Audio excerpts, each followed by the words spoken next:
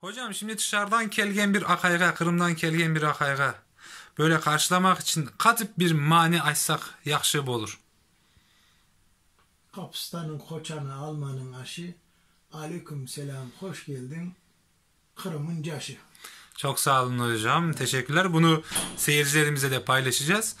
Hocam bir de size söylemek ayıp olacak ama vefasız bir sevgilim var. Ona nasıl bir mani söylersem güzel olur sizce?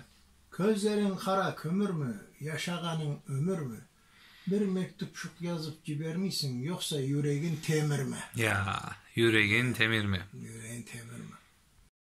Evet hocam demin anlattık konuştuk. Şimdi de dediniz ki böyle bir hasretlikle alakalı böyle yarın uzaklığıyla alakalı bir mani var demiştiniz. Peki onu da bize okuyabilir misiniz? Tabi. Ah anterin ahlığı, burada anter elbise demek.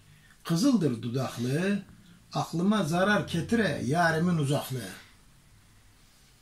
Akkan su men bolayım, bakşenizge tolayım. Reddetme canım özüm, nişanlım ben olayım. Atlap düştüm azbarga, gem beresin kızlarga, madem cepte paran yok, ne karaysın kızlarga. Güzel mi? Çok güzel hocam. Paran yoksa neden bakıyorsun karıya kıza diye söylemişler zamanında. Atlap düştüm azbarga, koraga da olur. Evet. Kan beresin kızlarga, madem kişinde paran yok, ne karaysın kızlarga. Değil mi? Ya. Ah ketti ömrüm benim, kalmadı sabrım benim. Yarem kezgen cerlerge, kazılsın kabrım benim. Oo. Çok derin bir manası var değil mi hocam? Tabii. Mına selam aleyküm. Büyüğünüzge atlap geldim, uzaktan geldim sizge.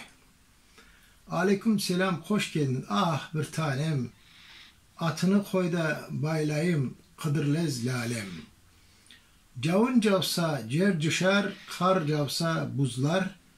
Hayırlı olsun toyumuz, üy sahibi kızlar. Evet, ne güzel değil mi? Çok güzel. Orada çok güzel benzetmeyi yakaladım hocam. Kıdırlez lalem. Kıdırlez lalem. İlginç bir istihdam.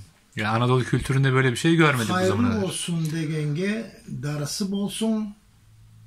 Devlet kuşu başına yarından konsun. Ne güzel. Gerçekten güzel. Kızıl vişne al kiraz, asla mayman. Önekli çuval çınım var, başlamayman. Evet. Ne kadar güzel.